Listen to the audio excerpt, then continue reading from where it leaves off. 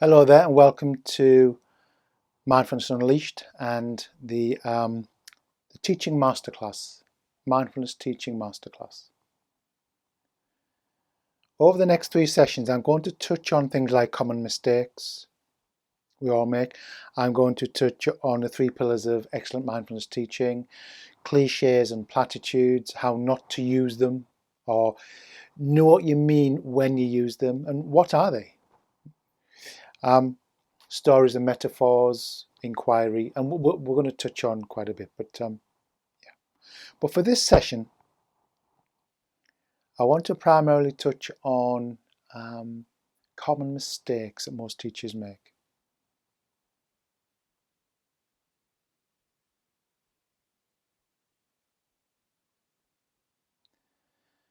And one of them is not doing what we've just done.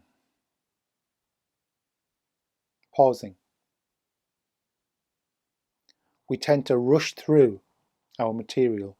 Most people rush through their material with this idea that mindfulness or teaching mindfulness is about passing on of information. There's got to be some information, of course, but mindfulness isn't about information. The information that we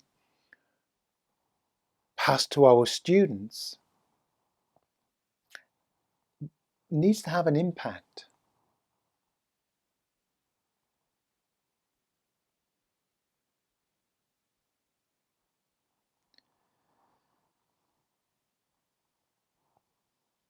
So just there, that is, for me, one of the common mistakes we make as teachers.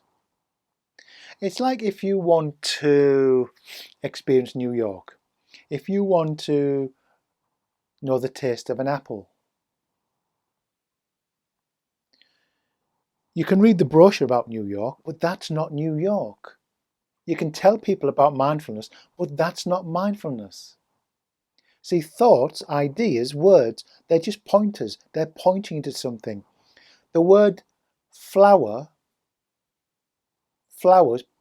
then directs you to flowers. The word mindfulness isn't mindfulness. Your description around it isn't mindfulness. It's good to realize that. It's very simple. So don't fill up your students' heads with too much information.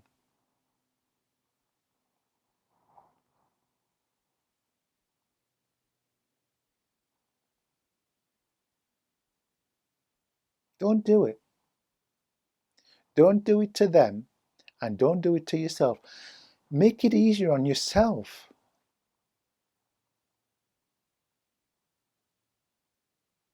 Sometimes in a class, I'll share with you how I start a meditation evening, a mindfulness course or a retreat. It doesn't matter what. And this is the first evening. Everybody comes in, they sit down. Obviously, I show them to their seats. Welcome at the door, come in, and we sit down. Everybody's seated. I'm in my seat.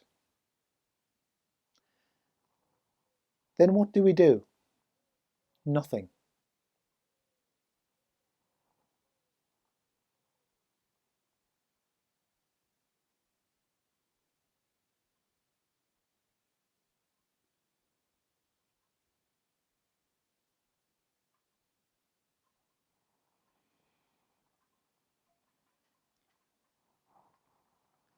So what does that do?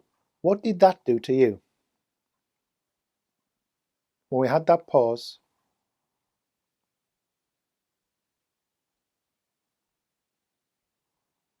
it brings you back to yourself. So we have maybe 30 seconds, maybe a minute, it may be even longer, of complete silence. I do not say a word. Then when I do, the first words I say, so what was happening in that short period of silence? And then people go around and some say, oh, well, I heard the birds. Some people say, I was feeling awkward.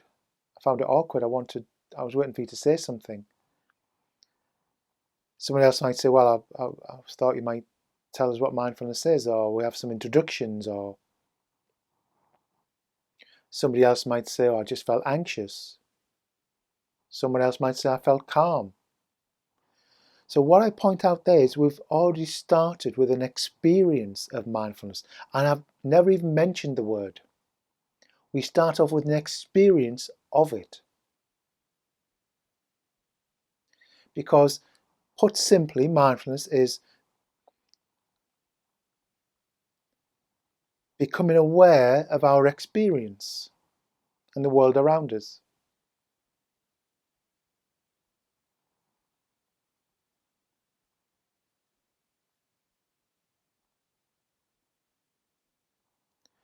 What people are expecting is for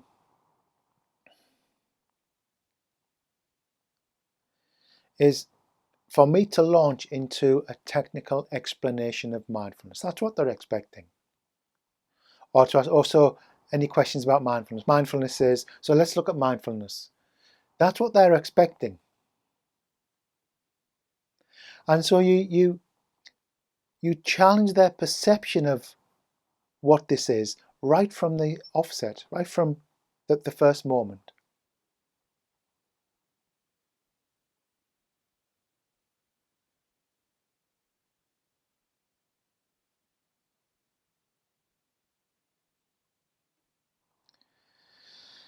And then we do go into introductions. Not long. I don't want people getting into their stories. This is not therapy. And I just want to, basically, people's names, what's brought you here. That's all I ask. It's up to you what you ask. But that's all I ask. What's brought you here? Just a minute.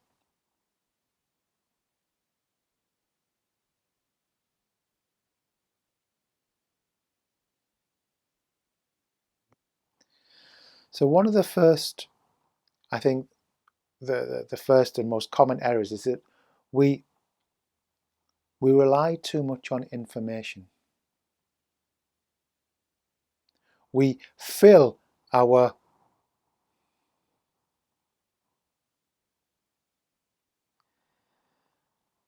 the courses up, the sessions up with teachings, ideas, thoughts, whatever. And we just fill it up because we're not very comfortable with space, even as teachers.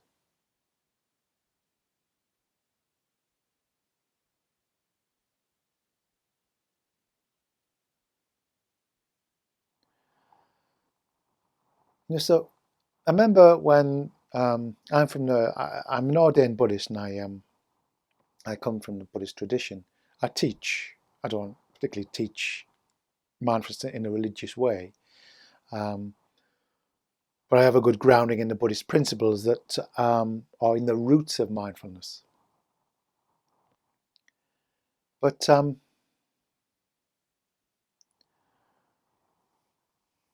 just lost my train of thought. If it's important, it'll come back. And you can do that. That was genuine. Show your humanness. I lost my train of thought. And I knew I'd lost it. I waited a few moments. It didn't come. So, well, I'm just sharing that with you. We don't have to be on it all the time.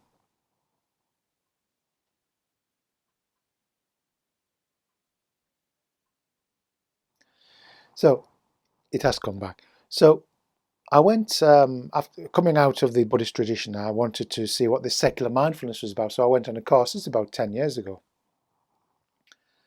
And it was full. It was packed with information. The handout was, our handouts are tiny. I'm not saying you have to do that, and take away from this whatever you want.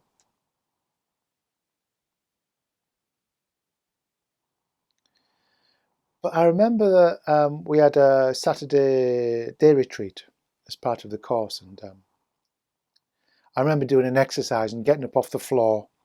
And before I'd even came out of that posture, I was still getting up. And she said, "Okay, next."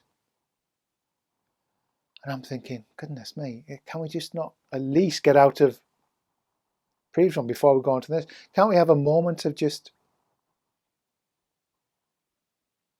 pause or reflection?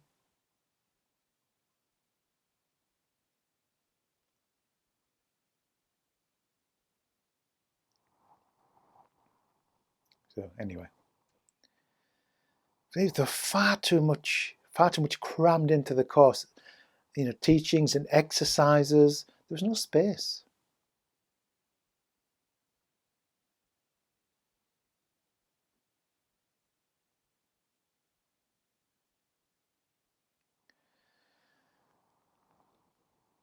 And so give people a taste of mindfulness.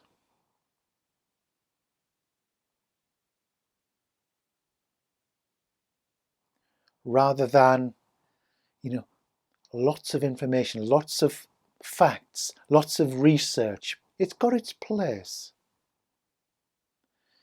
Research, evidence, it's got its place in it all. And it may intrigue some people and think, oh, that's interesting. And it may propel people into beginning a practice or coming along to your session. But that won't keep them going. What will keep them going? What will keep them persevering through the dry times, through the difficult times? Because there will be. It's when the heart gets connected.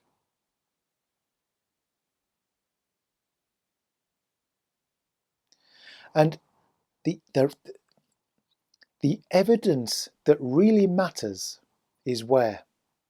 It's the evidence of your own experience. You can read all the papers you want about how it does this, how it does that. Oh, that's good.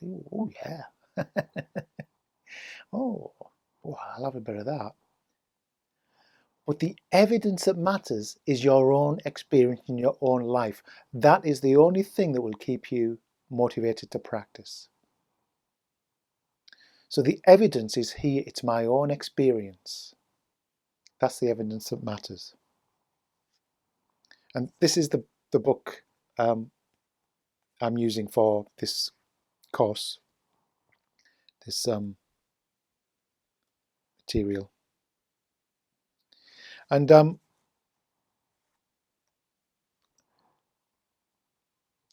another aspect of this too much information is too much explanation. And I'm going to give you an example.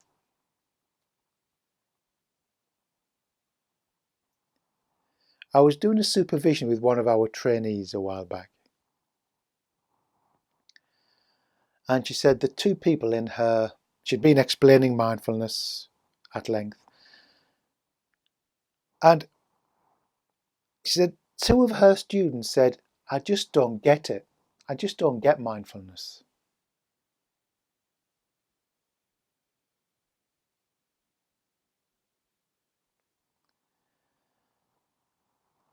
And then I said, so what did you do then? He said, well, I tried to explain in different ways what it was. And in a sense, my heart sunk. It was a real missed opportunity. She was relying on words, see, trying to explain it. You're just filling the students full of more confusion. It can often be more confusion. If someone doesn't get it, you've got to try a different way. You've got to cut through all the mental stuff. So I said to her, look, take your attention to your contact with the chair now. She was sitting on the chair. We were doing a Skype or Zoom call as part of the supervision.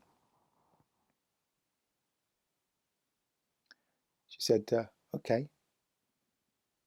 And just feel that, okay? I said, what's to get or not get about that?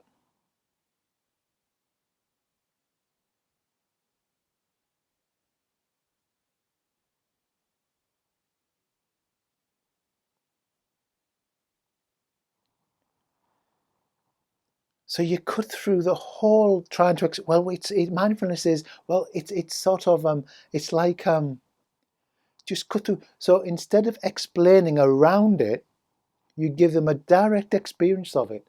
What does that feel like? That's it. How can you not get that or not get it? See, what people are doing, they're trying to understand it with their head. It's like, what's the taste of an apple like? So you explain it. You talk around it. It's green, and you bite into it. It's sweet and succulent and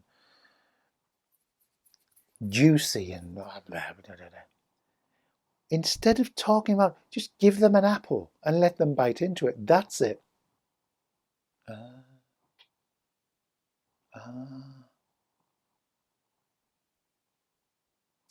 course. Then there's nothing much to say. Right now, feel your contact with the chair.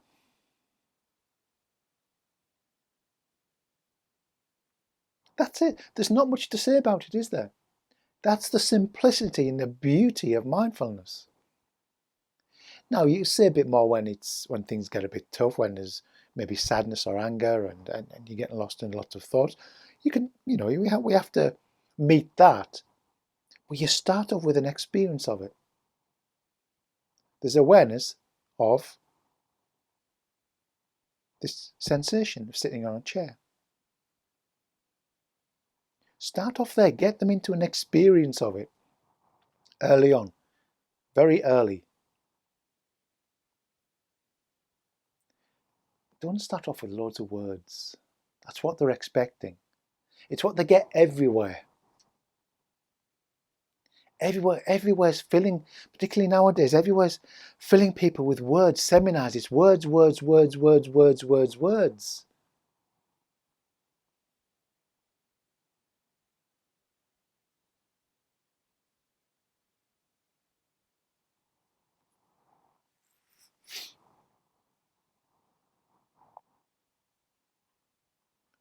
So you can explain with words and technical explanations. It's got its place, obviously. Of course it has. I explain some things. I go into technical explanations sometimes. I can't even say the word. Technical explanations sometimes. We have to. But there's also explaining things through metaphors, images, which we're going to go into in another session.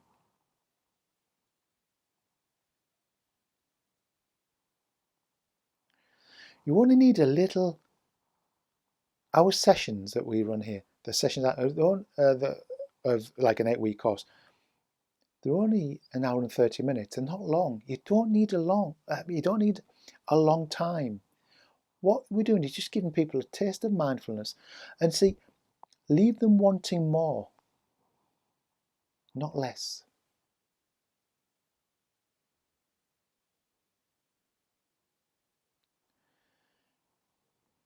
Best to leave your students a little hungry than with indigestion. God, it's too much.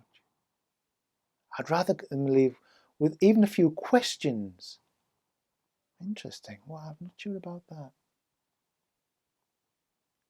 Let them feel like you're holding something back. Not in a manipulative way, but you're just dropping a few things in. Don't treat them like baby birds, just shoving it in like a mother bird, shoving in information in.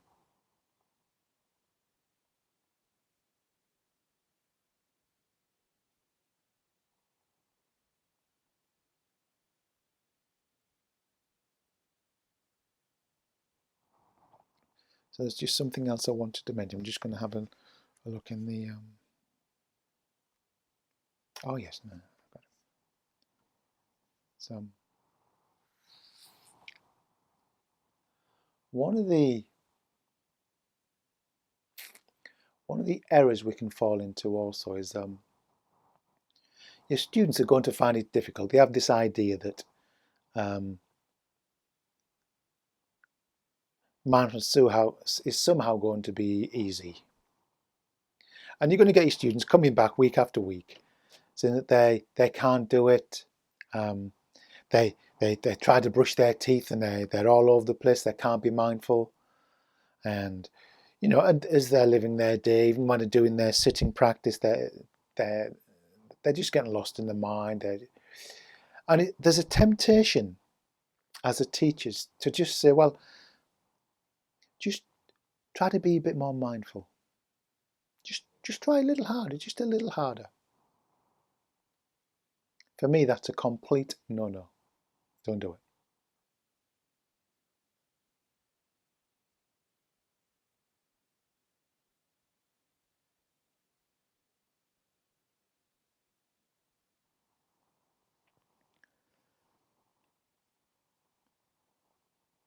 What I mean is,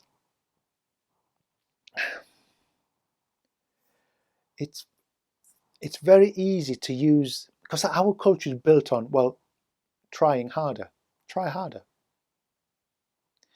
A better way of teaching, a wiser approach is to,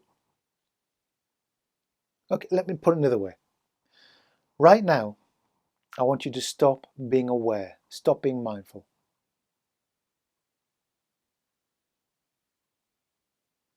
It's impossible, isn't it? So then why would you ask someone to try to be more mindful, more aware? Stop being aware.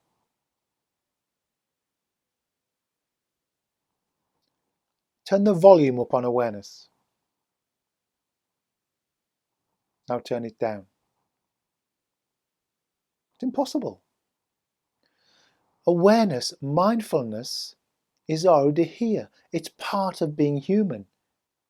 It's part of your nature. It's what in the Buddhist tradition we call our Buddha nature, our true nature. You don't need to use Buddha nature. Some people call it essence, natural intelligence. No, we're naturally aware. It's here. But it's not under the control of the ego self. But we don't need to go there for now. And I do this exercise with my students. Stop being aware right now. Stop being mindful. Nobody's ever done it.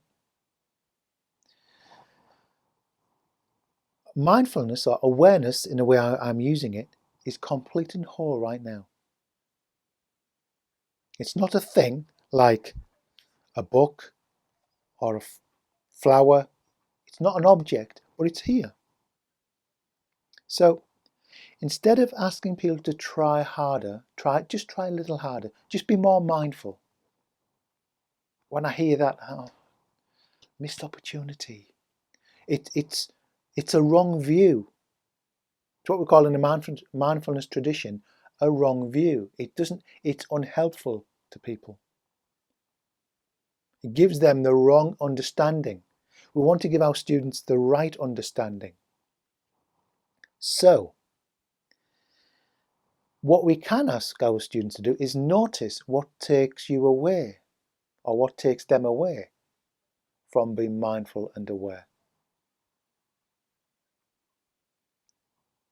That's wise teaching.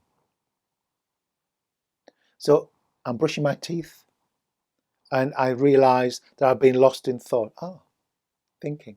I just say to myself, thinking. I was thinking, and I was on my holidays in Italy. I like Italy.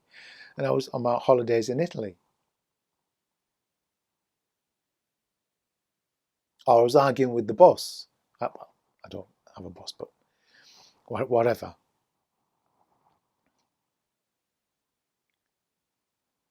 Or I was thinking about how am I going to get to the train station at 6 o'clock, for 6 o'clock through the traffic, whatever. We're going to have for lunch. So we notice what takes us away from being present and aware. Just another term for being mindful, being here, being aware, being present. I just use different terms to tickle different people with, because we're all tickled by different, slightly different words and terms. You don't want to use the same term all the time.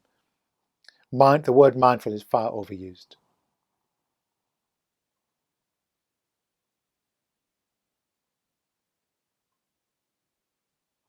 So you notice what takes you away from being aware, being mindful. And what is it? What's taken you away from being present, listening to this? I know it's a riveting talk, but I'm sure you've wandered away a few times, more than a few times. What's taken you away? Your thoughts, ideas, ideas about the past, about the future, later on, tomorrow, yesterday, my wife, husband, kids, my latest problem, my latest obsession.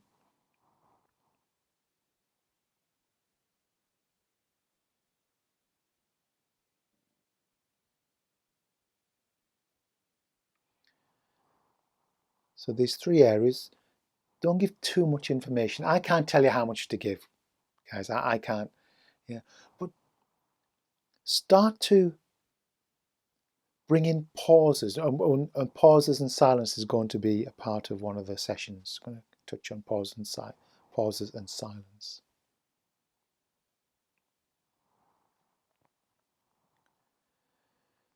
So bring in pauses, bring in silence, and it breaks the thing up. It gives you space.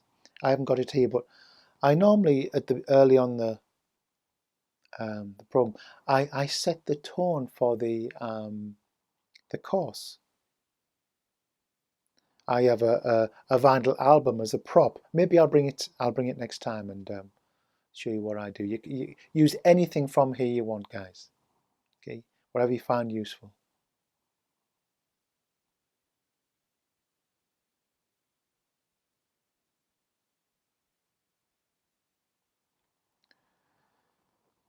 And the first sort of theme, the first teaching that I give is I use the metaphor of the jewel in the ice.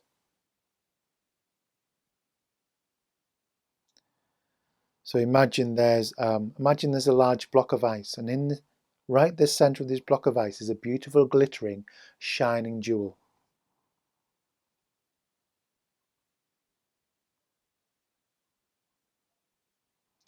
This jewel is a jewel of joy, the jewel of a life of less stress, a life of ease, a life of joy, of happiness, of contentment. Not perfect. You know, we live in a world and things happen. Okay. You could say it's our true nature, this jewel.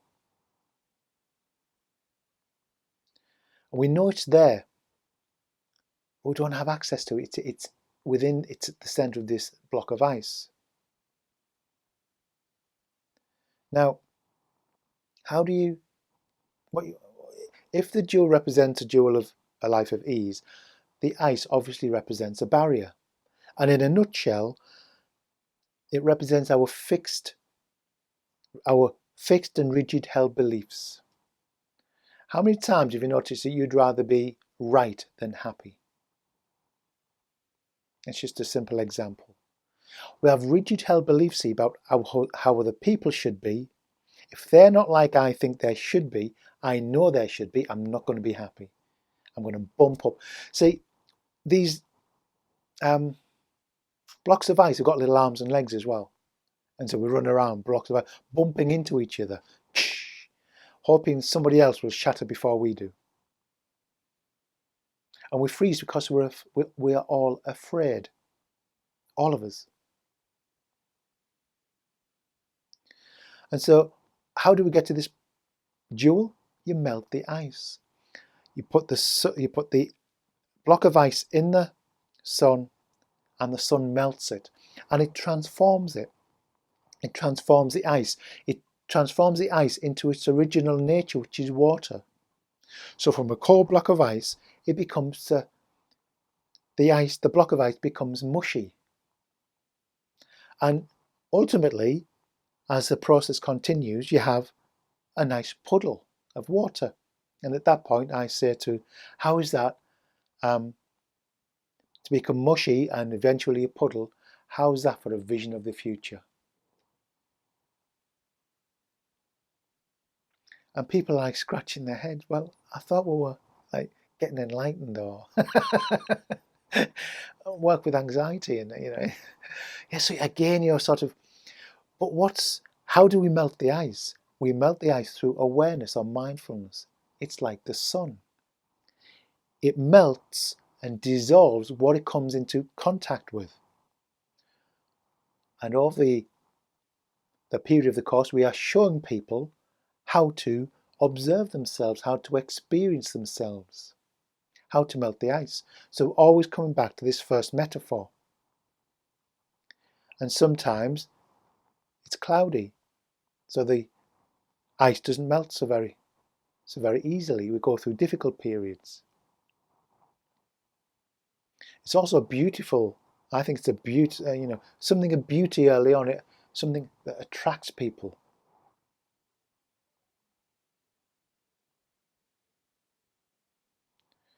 So there we go. Too much, don't give too much information. Don't give too much explanation. Allow people, okay. So I'll say to people, you might have more questions than answers when you leave here.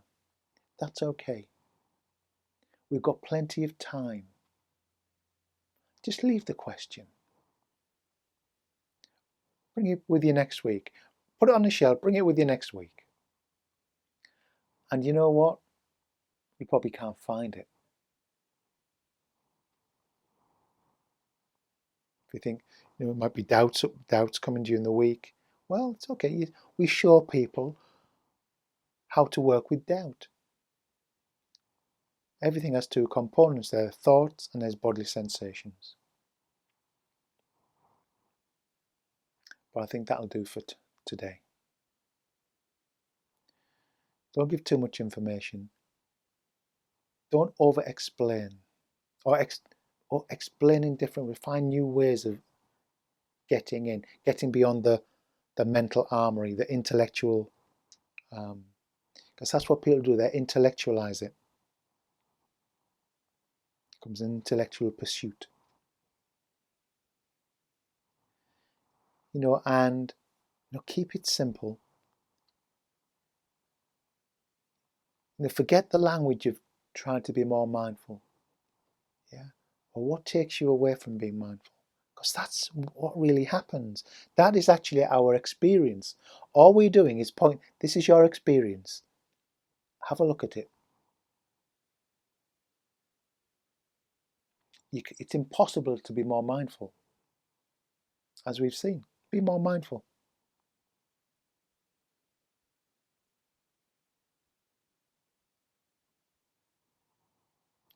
There's just present awareness, isn't there? Okay. Thanks. Bye-bye.